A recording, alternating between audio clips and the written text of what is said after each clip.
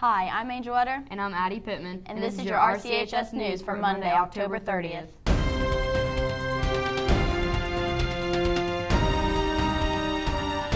Here's what's coming up in the episode of RCHS News. I'm Clayton B, and I'll be bringing you a sports update. I'm Sam Summers, and I'll be bringing you a story on the SATs. I'm Abby Hott, and I'll be bringing you a story about the college fair. I'm Atticus Weekly, and I'll be bringing you a story on the reality store. I'm Mackenzie McComas, bringing you a story on computer viruses. Hi, I'm Brandon DeMoss, and I'll be bringing you a story on the computer science class. I'm Ida Couto, and I'm bringing you a story on the favorite teacher in RCHS. My name's Addie Pittman, and I'll be bringing you a story on haunted Ritchie County. First, let's check out our calendar update. Monday, October 30th, there will be a college trip to Fairmont. Friday, November 3rd, end of the second 6 weeks. On Friday, November 3rd, registration for December ACT test. Saturday, November 4th, regional cheer competition. Tuesday, November the 7th, makeup pictures. Tuesday, November 7th, report card day. Wednesday, November 8th, career day. Thursday, November 9th, payday for teachers. Friday, November 10th, no school for Veterans Day.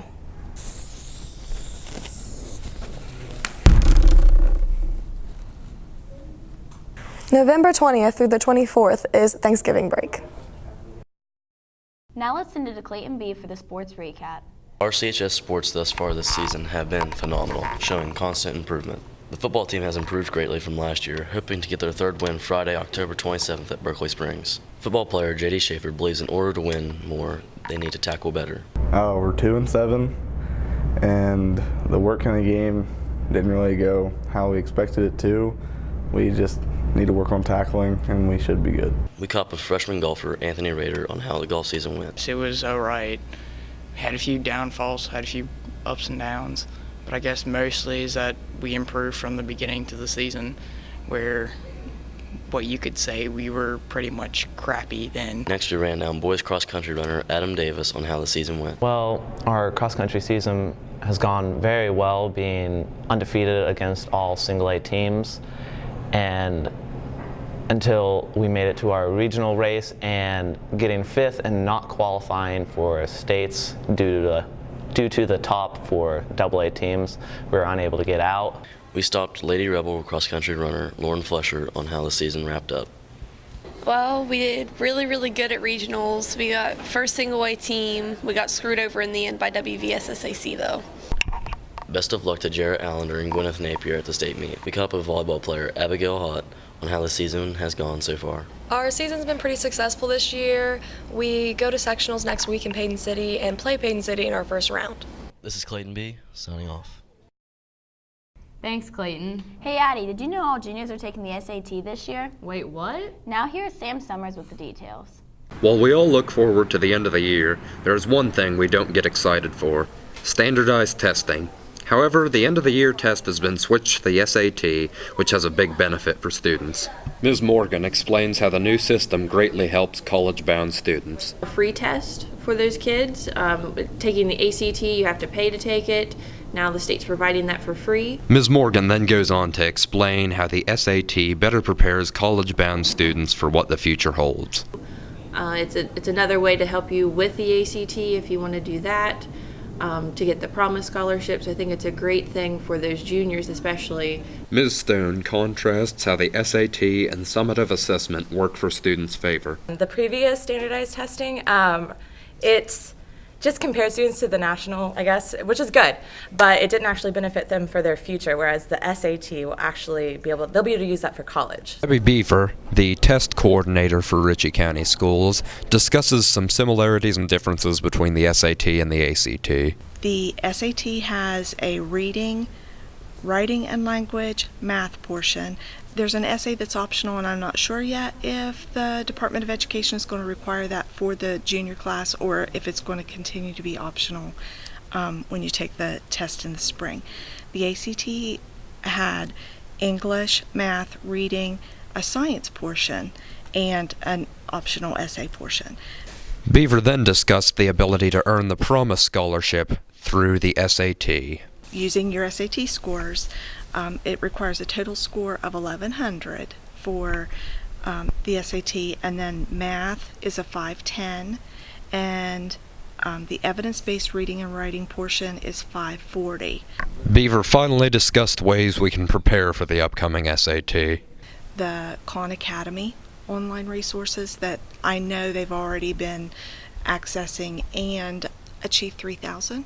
Even though the SAT is much different from the old way of testing, the pros greatly outweigh the cons. Sam Summers signing off. Thanks, Sam. It looks like the SAT will really benefit RCHS students, especially those heading to college. Speaking of college, juniors and seniors recently participated in the annual college fair. Let's go to Abby Hott for that story. On Monday, on the 23rd day of spooky season, juniors and seniors participated in the college fair at RCHS. Student Isaiah Bluer tells us he likes the wide selection of colleges. A bunch of different schools to choose from. It's pretty nice. Christina Mayer, the recruiter from WVU, talks a little bit about her job. So it's important for us to visit all college fairs and high schools and states to share what students can pursue, that they can reach their dreams and goals at colleges and universities, especially in-state, and we believe they can do it at WVU, so it's important for us to share that with students. She goes on to discuss the benefits of attending college. So it's important for students to go to kind of find themselves. It's such a great experience, not just for education, but it's also something that changes their lives and helps them grow and mature. Counselor Mrs. Wagaman talks about the educational value of the college fair. They might get to see a school that maybe they didn't think about, that might have a program that they're interested in. She goes on to explain the financial benefits of the fair. So if they actually apply that day, they get a free admit. They don't have to pay the admissions fee, which saves sometimes hundreds of dollars depending on how many schools you're interested in. All in all, the college fair equips students with a good tool to jumpstart their futures. This has been Abby Hott, signing off. Thanks, Abby. Hey, Angel, the holidays are coming up. Have you started your shopping? Not yet, but I heard the seniors took a trip to the reality store. Now, here is Atticus Weekly with the Reality Report. Last week, RCHS students experienced their first taste of reality at the reality store. We asked Ryan Morton what he expected from the store. Here's what he had to say. Well, I expect to find out that I will be a good adult. I want to be the best adult. Senior Kirsa Cottrell explains even though she has never had to budget for herself, she believes that she is smart enough to succeed in life. Outside of everything else that I've had to do for myself, I've never really had to budget myself. But hopefully it'll go well because, I'm not that stupid. Stephanie Deem explains how the reality store works. What we do is we have the kids come in and they get an envelope, and in the envelope it designates what their job occupation is, how much they make on a monthly basis, and then they have to visit different stations. She later says what the students must budget their money on. They have to go to the bank and get a bank account, and then they also have to get housing, transportation, their utilities. Everyone has at least one child, so they have to pay for child care, and their monthly expenses are deducted at the end, and it tells them how much money they have left for the month. After the reality store, we caught up with Kirsa Cottrell, who says she was surprised at how well she did. I did a lot better than I thought I did, in the sense that I had a really good job, so I made $10,000 and something a month, and I ended up after the store with $9,900.70, which I think is pretty amazing considering I had 2 kids and I'm married, so I got to take care of somebody else. We also caught up with senior Ryan Morton after the reality store, who believes the key to budgeting your money is low cost everything. Anyway, I thought I did pretty well. Low cost everything, low budgeted, not going over the top to just look good, necessities only. This is Atticus Weekly for your RCHS News, signing off. Thanks, Atticus.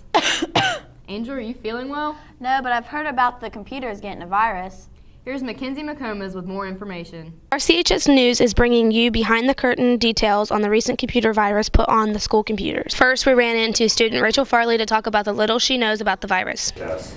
I don't know anything about it, but I know there was a virus put onto the computers. Next, we met up with Isaac Walsh, our RCHS student computer whiz, to hear his thoughts. So we're not sure how the virus got in, but it turned our servers into bot servers, and those bot servers were used to attack most likely Google, but we're not sure who sent the virus or what the virus was exactly used for, but we believe it was for against Google. Noah Law, our computer tech guy at the high school, wraps up the story with a very detailed explanation about what happened to the computers. We're not really sure exactly what the virus was. We know we were a part of a botnet, which is basically where all of our computers were taken control of, and we were constantly flooding traffic to a website. We think the website was Google because it was locking us out and preventing us from easily searching, so it was giving up that capture page where you had to select the pages.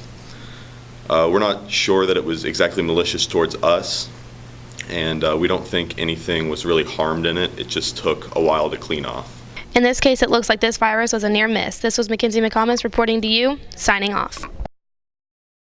Thanks, Mackenzie. Do you think McPeak's computer science class has something to do with that virus? It's possible. Wait a minute. McPeak is teaching computer science? Yeah, didn't you know? Brandon DeMoss takes a look in this next story.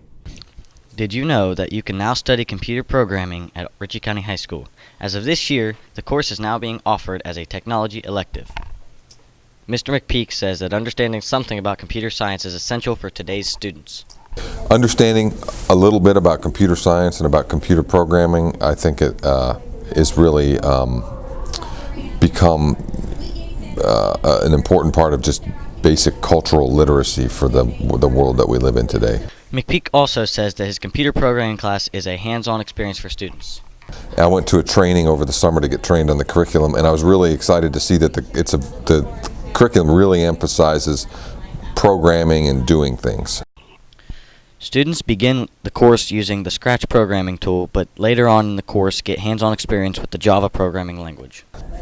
Later in the semester, students will begin to use a programming environment called processing, and processing is a Java-based programming environment, so they'll actually get some experience typing a text-based computer programming language. Sophomore Julia Spears is pleasantly surprised at her level of success in the course. Well, I learned a lot. I never thought I would take that class, or not like it anyway. And I've actually learned a lot, and he told me that my project I did was the best out of the class, and I'm doing really good. Sophomore Quentin Shields says the course is both challenging and fun. It is a fun class. I like it that it is a challenge. It's not a class you can get an immediate A on or anything, and you can do all kinds of different things. And finally, McPeak says that people are often surprised to find out that computer programming can be really fun. I think a lot of people have a misconception of what it really is. It's not really particularly math intensive. It's really a creative experience for people. So, if you're interested in music or art or anything that's sort of creative like that, you're probably going to like computer science. If you think you might be interested in computer programming, stop by and ask Mr. McPeak for more information. And be sure to sign up for next year. This is Brandon DeMoss signing off. Thanks, Brandon. Did you know that the students recently voted on their favorite RCHS teacher? Let me guess, McPeak. Nope, wrong. He wishes. Let's take a look at his story from Ida Cauteau to find out what teacher students say they like the best. At RCHS, we conducted a survey to find out which teacher students like most. During first block on Thursday, October 19th, 69% of all high school students gave us an insight on who their favorite teacher is. Is it Mr. McPeak? Is it Miss C's? Is it Mr. Flesher? Or someone else? After counting all 295 votes, we have a winner. Miss Stone. We asked Miss Stone why she thinks she was voted favorite teacher. Well, I do my best to just try to connect with all my students and just show an interest in all of their lives. So I try to talk to them both inside and outside of class and just do my best as their teacher, I guess. So. We next had a chat with Raven Lamb and Alina Moyer to describe why Miss Stone got their vote. She's a nice teacher. She's relatable and she's really fun. She just does like a lot of things that spark creativity. I voted Miss Stone because she is a really nice teacher and you can go to her about your personal problems and any kind of problem basically, and she teaches you about real world issues. Miss Stone's class is really fun and she gets right to the point and helps you get through basically anything that you need help on. We later caught up with Mr. McPeak, who clarified he isn't surprised that Miss Stone was voted favorite teacher. I'm really not surprised at all that Miss Stone was selected as the students' favorite teacher because I see that she's really has a lot of energy and she's a lot of fun. and the kids really relate to her well. He also explains that Miss Stone has a lot of patience, especially teaching freshmen all day. But more importantly, I think she's extremely patient, and she's teaching freshmen all day, and to teach freshmen all day requires a huge amount of patience. We appreciate all the teachers at RCHS and the work they do for our school. This is Ida signing off. Thanks, Ida. Miss Stone seems really cool and students seem to agree. Finally, we'll fly to Addie Pittman for a spooky haunted story, Ritchie County. There are many folk tales haunting Ritchie County, and we're here to uncover them. We first stop in Carroll to take a look inside what used to be the old high school. The last Carroll High School senior class graduated in 1971, right before they consolidated with Harrisville High School. The school remained open for several years, possibly 20, as an elementary school and a middle school up to 8th grade. In the later years, the third floor that housed the auditorium, library, and a few classrooms was condemned and closed off. Now privately owned, Carroll High School is a deteriorated, dilapidated death trap. Our next stop is right down the road at the famous Silver Run Tunnel. DJ Allen, co-owner of Country Trail Bikes in Carroll with her husband, said that the ghost has been seen by many riders on the trail. She said some report seeing what appears to be a child. The first lady saw the image of a child ghost in the tunnel. The second lady was on her way to see her sister who lived on the other side of the tunnel. She said she would never go down there at that time of night again. As you go down the road, Silver Run Road, and it climbs the hill beside of where you go to the tunnel, there's an old cemetery on the top of the hill, and it has people in it, like the Irish people who helped build the tunnels. And as she was going past, she saw this image of this child sitting on top of a tombstone. She said it was this transparent image. As you can see, Carroll is haunted by the many stories behind Tunnel 19. Our next stop is in Harrisville to meet with Anthony Farr, who told us many stories about Mildred the ghost. The people who lived here before told us there was a ghost here named Mildred. But, with a name like Mildred, we thought it was like made up, so we were like, no big deal. Our oldest daughter came to the doorway in our bedroom and said, "Dad, I can't sleep." And so I turned and looked towards the doorway. I was looking at her, I said, "Well, just come lay with us." And as soon as I said that, something grabbed her and ran down the hall. I closed my eyes and opened back up, and she was still standing there, so I was obviously like half awake. So I was like, "Just come lay with us." She came and climbed in bed with us, went back to sleep, and looked towards the door, and this black figure was standing in the doorway. Anthony explains how active Mildred can be in his household. So then another night, we were asleep, and we were told that if you put pictures up in the house that Mildred doesn't like, she will take them off the wall. Well, none of this happened, so we didn't really put a whole lot of merit in that until one night we were asleep, and it was like 3 in the morning, and we heard this huge crash. And so I got halfway down the steps and saw that the family portrait that we had in the entranceway of the house was off the wall and smashed, and all the pictures that were on the mantle were on top of it in the middle of the floor.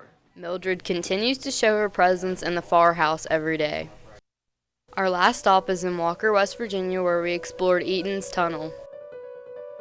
On June 6, 1963, construction workers were in the process of enlarging the tunnel to allow more clearance for freight cars, but that evening a nightmare occurred when the ceiling collapsed, trapping 2 men inside. The 2 men trapped were Arthur Boggs and Harry Nichols. Arthur was found and later died in the hospital. It is believed that after a period of time, the hope for recovery was gone and the search for Mr. Nichols was over. Harry is now laying in his permanent resting place parallel to today's Eaton Tunnel. This is Addie Pittman reporting to you from RCHS, signing off. And that's it for this episode of RCHS News. I'm Angel Utter. And I'm Addie Pittman. See you next time.